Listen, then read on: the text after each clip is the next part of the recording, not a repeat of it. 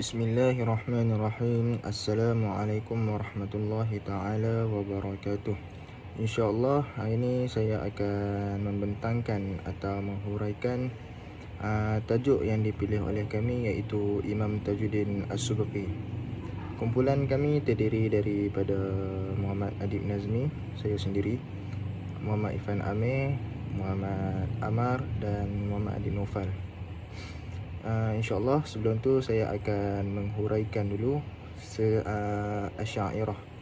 Saya menghuraikan Asy'ariyah. Apa itu Asy'ariyah? Asy'ariyah ni adalah aliran akidah yang moderat dan bersederhana, dinisbahkan kepada pendirinya, iaitu Imam Abu Hasan Al-Asy'ari. Majoriti Muslim di negara-negara Arab dan Islam menganut aliran ini. Salah satu penyebab diterimanya secara luas aliran ini kerana adanya pendekatan dan pembaruan pemikiran dalam memahami persoalan akidah melalui penekanan integrasi antara dalil nakli dan dalil akli. Asy'ariyah mempergunakan kedua hujah dalil sebagai medium untuk kita faham secara menyeluruh persoalan akidah. Di samping ia bertujuan mengkritik musuh ataupun mengkritik ahli salafi atau wahabi yang terdiri dari aliran Mu'tazilah, golongan ahli falsafah, dan sekaligus menyelesaikan pertikaian antara pandangan Jabariyah dan Qadariyah mengenai hakikat perbuatan manusia. Sehingga pemahaman akidah yang dibawa oleh Abu Hasan Al-Asy'ari sangat moderat dan sederhana serta dengan mudah diterima oleh majoriti umat Islam di seluruh dunia. Saya menerangkan sedikit biodata Abu Hasan Al-Asy'ari. Abu Hasan Al-Asy'ari dilahirkan di Basrah 260 Hijrah. Namun Ibnu Khalkan mengatakan bahawa beliau dilahirkan pada tahun 270 Hijrah. Ada sedikit perselisihan tentang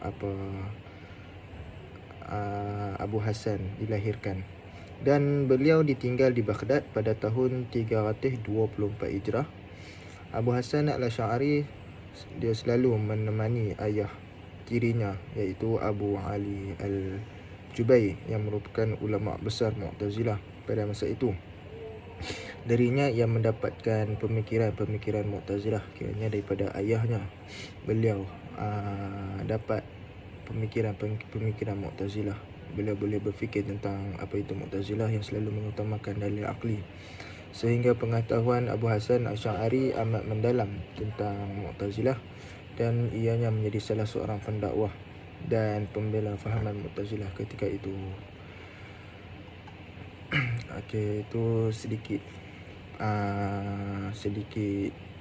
pembentangan dari saya tentang apa itu Asy'ariyah dan pengasas Asy'ariyah itu sendiri. Seterusnya saya pergi kepada biodata ataupun pengenalan kepada Imam As-Subki. Sekian dari saya. Bismillahirrahmanirrahim. Assalamualaikum warahmatullahi wabarakatuh. Nama saya Muhammad Irfan Amir bin Muhammad Nasir. Nombor metrik E200383. Biografi Imam Tajuddin As-Subki. Nama penuh beliau ialah Abdul Wahab bin Ali bin Abdul Kafi bin Ali bin Tamam As-Subki. Beliau dipanggil sebagai Tajuddin As-Subki. Ayah beliau dijuluki dengan Taqiyuddin As-Subki, iaitu pelindung agama dari desa Subuki. Ayah beliau terlahir dari sebuah desa di negara Mesir yang bernama Desa Subuki, atau sekarang dikenali sebagai Subuki Al-Waidat.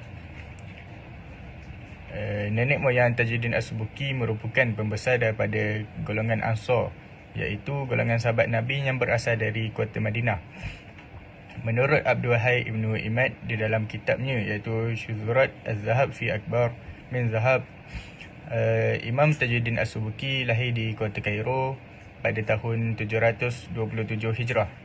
Kemudian pada Jamadil Akhir tahun 739 Hijrah, ayah beliau iaitu Taqiyuddin As-Subki diangkat menjadi qadi di kota Damaskus, negara Suriah. Oleh kerana itu, Imam Tajuddin As-Subki Sejak umur 11 tahun telah dibawa ayahnya untuk belajar kepada para pembesar ulama di negara Suriah. Imam Tajuddin As-Subki terkenal dengan kecerdasan serta daya hafalannya yang melebihi rata-rata seseorang. Hal ini dibuktikan dengan pelbagai pencapaian yang mengagumkan di usianya yang masih muda. Di antara pencapaian yang dicatat oleh Ibnu Syu'bah di dalam kitab Tabaqat Asy-Syafi'iyah, Tajuddin As-Subki mendapat izin untuk berfatwa dan mengajar dari kitab Syekh Ibnu Nakib di usianya yang belum 18 tahun. Selain itu, ayahnya iaitu Taqiyuddin memberikannya gelar Mufti Al-Islam iaitu Ahli Fatwa Islam. Setelah Imam Tajuddin As-Subki berhasil memecahkan perselisihan atau permasalahan sulit dalam fiqh mazhab Asy-Syafi'i. Bahkan Syamsuddin Muhammad Az-Zahabi iaitu salah seorang guru Tajuddin As-Subki memujinya di dalam kitab Al-Mu'jam Mukhtasar bi Al-Muhaddithin. Beliau menuliskan iaitu Tajuddin As-Subki telah menulis beberapa hadis dariku. Aku berharap ia semakin rajin menggeluti bidang keilmuan hingga nantinya ia mengajar dan berfatwa. Di antara guru-guru Imam Tajuddin As-Subki ialah ayahnya sendiri iaitu Taqiyuddin Ali bin Abdul Kafi As-Subki, Fatuddin Muhammad bin Muhammad Al-Andalusi, Aminuddin Abdul Muhsin bin Ahmad Asy-Syarbuni, Zainab bin Al-Kamal Al-Ahmad Al-Maqdisi, Abu Hajjaj Yusuf bin Az-Zaki, Syamsuddin Muhammad Az-Zahabi, Muhammad bin Abu Bakar Ibn Nakib dan akhir sekali Abu Hayyan Muhammad bin Yusuf Al-Andalusi. Itu saja daripada saya. Assalamualaikum warahmatullahi wabarakatuh. Nama saya Muhammad Adik Naufal bin Muhammad Nur. Nombor metrik A205699. Di sini saya akan membahaskan tentang sumbangan Imam Tajuddin Al-Subki dan karya-karya yang telah dikeluarkan oleh beliau. Antara sumbangan Imam Tajuddin Al-Subki terhadap dunia Islam ialah beliau telah menolak hujah-hujah kaum Mu'tazilah yang sentiasa berdalil dengan kaedah yang batil dan mengeluarkan karya-karya Islam yang agung untuk kemaslahatan umat. Antara karya-karyanya ialah Syarah Mukhtasar Ibn Hajib, Al-Ibhaju fi Syarhil Minhaj, Syarhil Minhaj Al-Baydawi fi Usul Fiqh, Al-Qawaid Al-Mustamalah, Tabaqat Asy-Syafi'iyah dan Jam'ul Jawami'. Antara karya Imam Tajuddin As-Subki yang paling agung ialah Jam'ul Jawami'. Jam'ul Jawami' membahaskan tentang kitab, yakni Quran, membahaskan tentang sunnah, membahaskan tentang ijma', membahaskan tentang qiyas, membahaskan tentang istidlal. Mengenai Jam'ul Jawami' pula, ianya merupakan sebuah karangan yang nipis, tetapi setiap bab pembicaraannya adalah satu penemuan cara yang baru yang belum pernah disusun oleh ulama'-ulama' sebelumnya, yakni sangat bernilai di antara kitab-kitab ilmu usul. Pengarangnya juga telah menyusun karangannya dengan menyentuh dua ilmu usul, iaitu ilmu usul fiqh dan ilmu usuluddin. Pembahasannya meliputi ijtihad yang menghubungkan antara dalil-dalil dan madlul serta hal-hal yang terkait dengannya, iaitu berupa pembahasan tentang taklid, hukum-hukum muqallid dan fatwa. Juga dibahaskan di dalamnya tentang ilmu kalam, diawali dengan pembahasan taklid dalam usuluddin dan diakhiri dengan ilmu tasawuf. Assalamualaikum warahmatullahi taala wabarakatuh. Saya A202335 Muhammad Ammar Hakim bin Syafiq Zaham. Okay, antara isu yang berbangkit di sekitar pemikiran Imam Tajuddin Al-Subki ialah Imam Al-Ghazali mengemukakan bahawa biasanya ijtihad tidak digunakan kecuali pada hal-hal yang mengandung kesulitan. Oleh kerana itu, tidak bisa disebut berijtihad hanya dalam mengangkat hal-hal yang ringan seperti mengangkat sebiji sawi. Secara istilah, banyak lagi dari kalangan ulama usul yang mendefinisikan ijtihad walaupun intinya sama, Ijtihad tidak bisa dilakukan sebarangan orang tanpa memenuhi kriteria seorang mujtahid.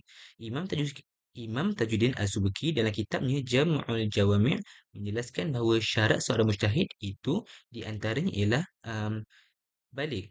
Kriteria ini diterapkan kerana selain orang balik, akalnya masih dianggap belum sempurna sampai pada taraf pendapatnya bisa dipertimbangkan.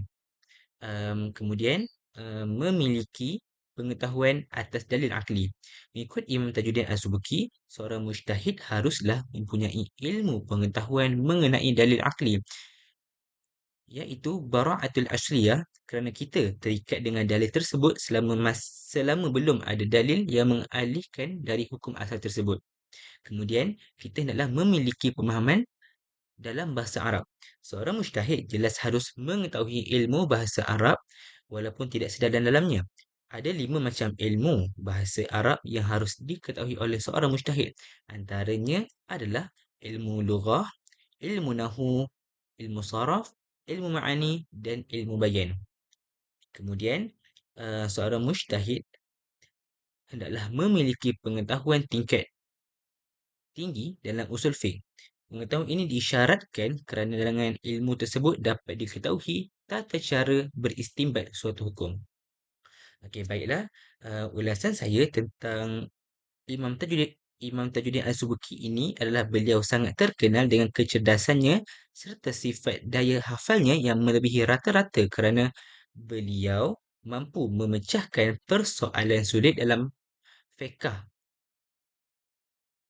dalam mazhab Asy-Syafi'i, dan beliau dipuji oleh gurunya dalam ilmu hadis kerana mampu menghafal banyak hadis yang boleh digunakannya untuk berfatwa. Ya, itu sahaja daripada kami mengenai pembahasan mengenai mazhab Al-Asy'ariyah dan Imam Tajuddin As-Subki. Sekian, terima kasih.